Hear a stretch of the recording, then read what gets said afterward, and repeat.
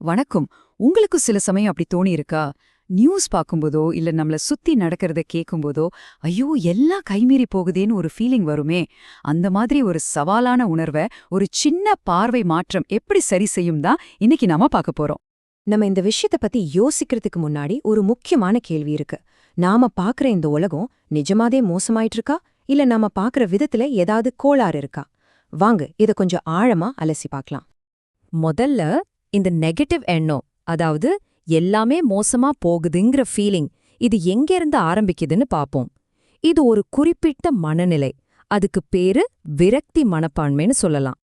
அதாவது இந்த மனப்பான்மை இருக்கிறவங்க உலகத்தை எப்படி பாப்பாங்கன்னா, அது தொடர்ந்து மோசமாயிட்டே போகுதுன்னு நம்புவாங்க. இது ஒரு கீழ் நோக்கிய பயணம், இதுல முன்னேற்றத்துக்கே இடமில்லைங்கிறது தான் அவங்களோட பார்வை. சொல்லப்போனா நம்மள பல பேருக்கு இந்த உணர்வு நல்லாவே பரிச்சயமான ஒண்ணுதான் இல்லையா? ஆனா பாருங்க, இது வெறும் ஒரு பார்வை மட்டும் அல்ல. நம்ம பார்த்துட்டு இருக்கிற இந்த நூல் இதை இன்னும் ஒருபடி மேல போய் இது ஒரு தீங்கு விளைவிக்கும் எதிர்மறை மனப்பான்மைன்னு ரொம்ப அழுத்தமா சொல்லுது. அதாவது இந்த மாதிரி யோசிக்கிறது நமக்கே பாதிப்பை ஏற்படுத்துமோ? இது யோசிக்க வேண்டிய விஷயம் தானே?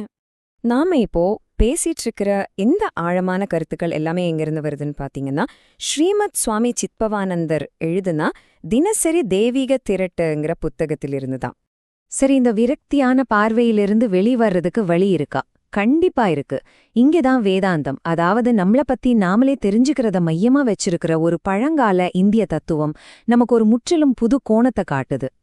அந்த மாற்றத்துக்கான அடிப்படையே இந்த ஒரு வரிதான். ஒரு நிமிஷம் யோசிச்சு பாருங்களேன். உலகம் வீழ்ச்சி அடையல, அது வெறுமனே ஒரு சமநிலையில இருக்கு. சில நேரம் நன்மை தூக்கலா தெரியும், சில நேரம் தீமை ஓங்கி இருக்கும். இது ஒரு சுழற்சி மாதிரி, ஒரு சரிவு இல்ல. ஒரு பக்கம் எல்லாம் அழிஞ்சிட்டு இருக்குங்கிற பார்வை, இன்னொரு பக்கம் இது நல்லது கெட்டது ரெண்டும் கலந்த ஒரு கலவைங்கிற பார்வை. இந்த ரெண்டுக்கும் நடுவுல இருக்கிற வித்தியாசம் சின்னதா தெரிஞ்சாலும் இது நம்ம வாழ்க்கைய பாக்குற விதத்தை அப்படியே தலைகீழ மாத்திடும். அப்போ தீமைய கண்டுக்காம விட்டுடலாமா? இல்லவே இல்ல. இங்கதான் ஒரு முக்கியமான ட்விஸ்ட் வருது. நாம நன்மையா மட்டும் இல்லாம தீமையையும் நம்மளோட சுய ஒழுக்கத்துக்கும் வளர்ச்சிக்கும் பயன்படுத்திக்கணுமா? ஆனா அது எப்படி பண்றது? இது எப்படிங்க சாத்தியம்? இத ரொம்ப சுலபமா புரிஞ்சுக்க இயற்கை நமக்கு ஒரு அட்டுக்காசமான உதாரணத்தை காட்டுது. அதுதான் ஒரு மரம். இந்த மரத்தோட உவமை எவ்வளவு சக்தி வாய்ந்தது பாருங்க. ஒரு மரம் வெயில், குளிர், மழை, காத்துன்னு எல்லா பருவ காலத்தையும் தனக்கு சாதகமா மாத்திக்குது. அதே போல நாமும் இந்த உலகத்துல நடக்கிற நல்லது கெட்டது எல்லாத்தையும் நம்மளோட குணத்தை வளர்த்துக்க பயன்படுத்திக்கணும். இத நாம ஒரு 3 படியா பிரிச்சு பார்க்கலாம். மொதப்படி எதிர்கொள்றது. மரம் தனக்கு வர்ற வெயிலையோ மழையோ வேணான்னு ஒதுக்குறதில்ல. 2வது பயன்படுத்துறது. அந்த சவாலான சூழ்நிலைகளையே உரமாக்கி தன் வேற ஆழமாக்குது. கடைசியா இதுதான் ரொம்ப முக்கியம், உருவாக்குறது. ஒவ்வொரு பருவத்தையும் தன் பலத்தையும் குணத்தையும் வளர்த்துக்க அது யூஸ் பண்ணிக்குது. எவ்வளவு அற்புதமான ஒரு செயல்முறை பாருங்க. ஓகே, அந்த மரம் மாதிரி வாழ்றதுனால நமக்கு என்ன கிடைக்கும்? இந்த புது கண்ணோட்டத்தை ஏத்துக்கிறதோட இறுதி நோக்கம் என்னவா இருக்கும்? நாம இந்த மனநிலைய நமக்குள்ள கொண்டு வரும்போது உலகம் வருது அழிஞ்சிட்டு இருக்கிற ஒரு இடம்ங்கிற அந்த பழைய எண்ணம் மெதுவா மாற ஆரம்பிக்கும். அது சிதைஞ்சுகிட்டு இருக்கிற இடமே இல்ல. அப்போ அது என்ன?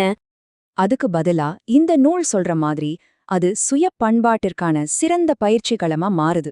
பாருங்க, இது வெறும் பிரச்சனைகள் நிறைஞ்ச இடம் இல்ல, நம்மள நாமளே செதுக்கிக்கிறதுக்கான ஒரு ட்ரெய்னிங் கிரவுண்ட். இதுதான் இந்த பகுப்பாய்விலிருந்து நாம எடுத்துட்டு போக வேண்டிய முக்கியமான கருத்து. அதனால இந்த கேள்வியோட இது நம்ம முடிச்சுக்கலாம். உங்க வாழ்க்கையில நீங்க இப்போ எந்த பருவத்துல இருக்கீங்க? அது கடுமையான வெயிலா இருக்கலாம், இல்லனா ஒரு பெரிய புயலா கூட இருக்கலாம். ஆனா அந்த மரத்தை போல அந்த சூழ்நிலைய எப்படி உங்க வேற பலப்படுத்தவும் உங்கள வளர்த்துக்கவும் பயன்படுத்த போறீங்க? யோசிச்சு பாருங்க.